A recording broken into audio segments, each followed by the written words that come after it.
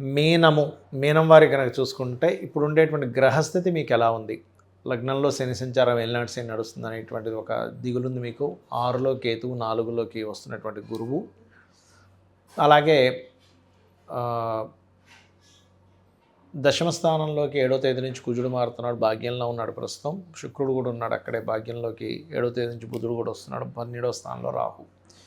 ఈ యొక్క గ్రహస్థితిని అనుసరించి అసలు మీకు ఎలా ఉండబోతుంది ఈ పక్షఫలంలో, ఏ విషయాల పట్ల మీరు కేర్గా ఉండాలి, ఎటువంటి పరిహార మార్గం చేసుకోవాలనేటువంటి చెప్తుంది నేనైనప్పటికీ కూడా చెప్పిస్తుంది సాక్షాత్ లలిత అమ్మవారిగా భావిస్తూ.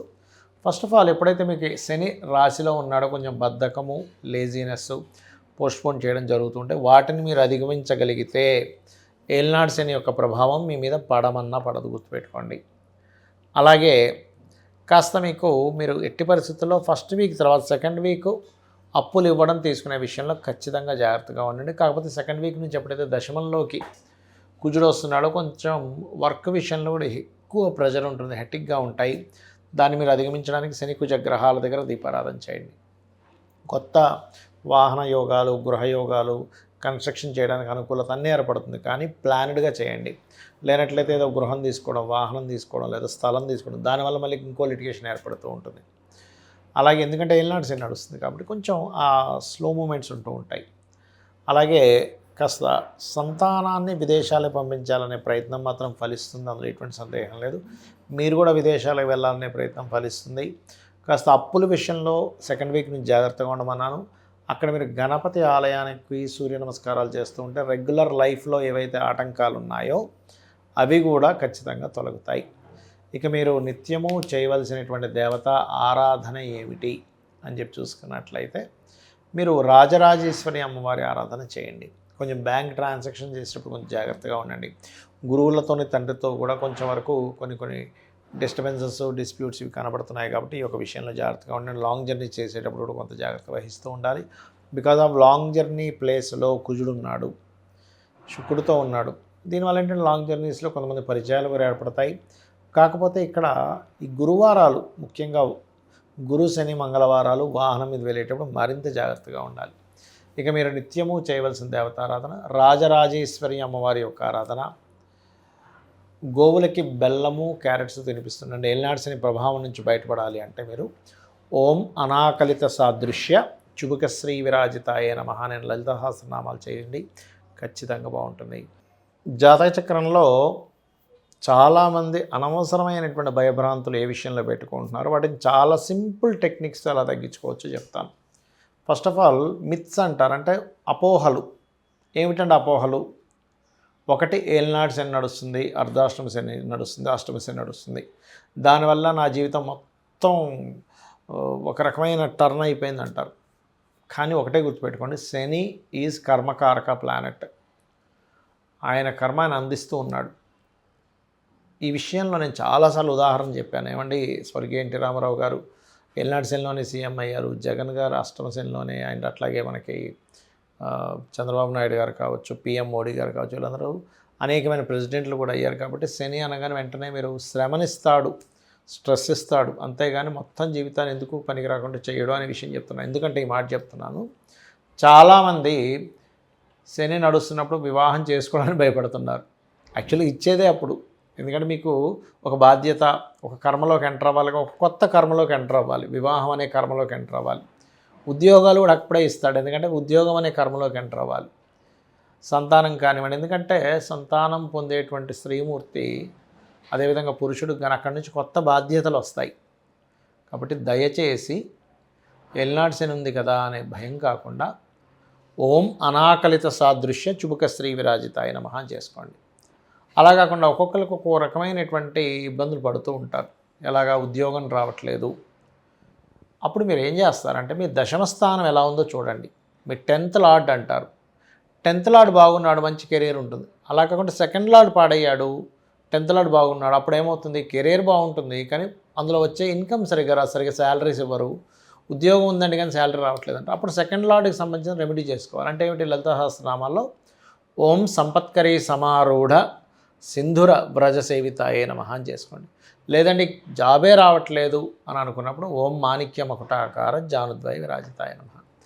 అదేవిధంగా మరి కొంతమందికి సప్తమ స్థానాధిపతి పాడవుతాడు, అంటే వివాహానికి కారకుడు. ఆ రకంగా సప్తమాధిపతి పాడైనా, లేదు శుక్రుడు పాడైనా, కుజుడు పాడైనా వివాహ సంబంధించిన విషయంలో అనేకమైనటువంటి ఒడిదుడుకులు మీకు ఎదుర్కొంటూ ఉంటారు. అలాంటప్పుడు మీరు సింపుల్గా ఏం లేదు, మీ సప్తమాధిపతి ఎవరో తెలుసుకోండి. అది ఏదైనా పాపకర్తెల్లోనో పాపగ్రహాలతోనూ కూడి ఉంటుంది. దానికి సంబంధించిన దానం ఇచ్చుకుంటూ చక్కగా మీరు ఓం శివ కామేశబద్ధ మాంగళ్య సూత్ర శోభిత కందరాయే నమః అని చేసుకోండి.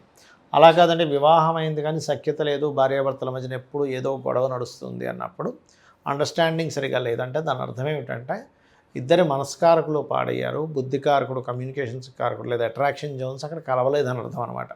అంతేగాని ఏదో పాయింట్లు చూసి వివాహం చేసుకోవడం కదా. అలాంటప్పుడు మీరు చేయవలసింది ఓం శివకామేశ్వరాంకస్త శివా స్వాధీన వల్లభాయే నమః. మరి కొంతమంది వ్యాపారాలు పెడుతూ ఉంటారు, రకరకాల వ్యాపారాలు, ఆ వ్యాపారాలు కలిసి రావట్లేదని బాధపడుతూ ఉంటారు. అలాంటి వారు ఓం ఇంద్రగోప పరిక్షిప్త స్మరతౌనాభజంగికాయై నమః అని చేసుకోండి, ఖచ్చితంగా బాగుంటుంది. ఇలాగా లలితా సహస్రనామాలు ఏవైతే ఉన్నాయో అవి వేద మంత్రములతో సమానము. ఎంతటి సిచ్యువేషన్స్లో ఉన్నా నమ్మి గనక మీరు చేశారా రెగ్యులర్గా, రూపాయి ఖర్చు లేకుండా చక్కగా ఇంట్లో కూర్చొని అరగంట 40 నిమిషాలు గంట సేపు కూర్చొని మీ ప్రయత్నాలు మీరు చేసినట్లయితే అప్పుడు ఏమవుతుందంటే మీరు చేసినటువంటి ఆ యొక్క జప ఫలం ఏదైతే ఉందో, అయితే చాలామంది జపం ఎలా చేయాలని అడుగుతూ ఉంటారు.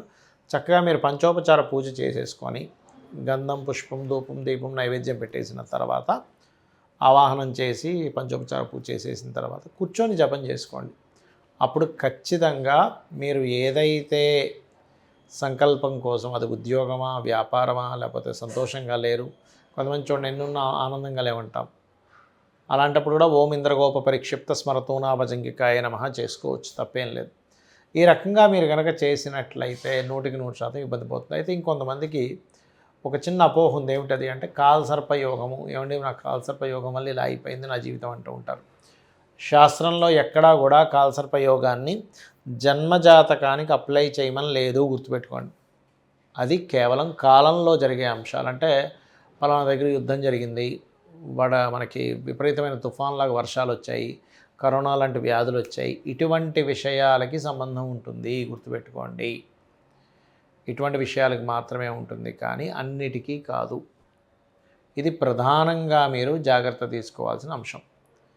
అదేవిధంగా మరొక విషయం ఏంటంటే, ఇక్కడ ఒకవేళ సరే మీకు అదే మనసులో లాగుతుంది, కాలసర్పయోగం వల్లే అవుతుందేమో అని సింపుల్ టెక్నిక్స్.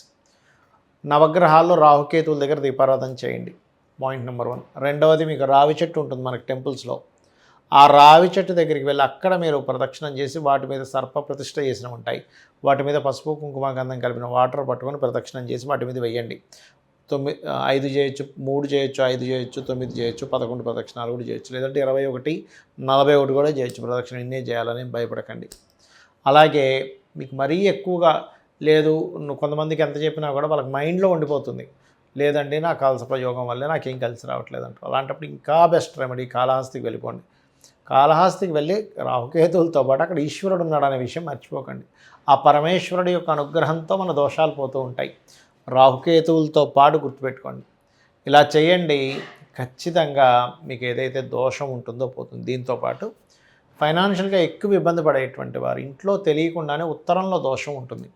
అంటే ఉత్తరంలో బాత్రూమ్స్ ఉండడము, లేదా ఆగ్నేయంలో బాత్రూమ్స్ ఉండడము, పడమర మధ్యలో అంటే గెయిన్స్ అండ్ ప్రాఫిట్స్ జోన్లో బాత్రూమ్స్ ఉండడం జరుగుతుంటుంది. వీటి కారణం వల్ల కూడా మనం ఇబ్బంది పడుతుంటాం అనే విషయం తెలుసుకోవాలి. అలాంటి జాతకం బాగుంది కానీ ఎక్కడో మనకి రావాల్సినంత రావట్లేదు అంటూ ఉంటారు. కారణం ఏమిటి? వాస్తుదోషం ఉంటుంది. ఈ రకంగా వాస్తుదోషం లేకుండా ముఖ్యంగా ఉత్తరం వైట్ కలర్ ఉండేలా చూసుకోండి, ఆగ్నేయంలో గ్రీన్ కలర్ ఉండేలా చూసుకోండి. ఇవన్నీ కూడా వాస్తుపరంగా ఆ యొక్క జోన్స్ని బాగా అంటే ఎనర్జైజ్ చేస్తూ ఉంటాయి. శ్రీమాత్రే నమః.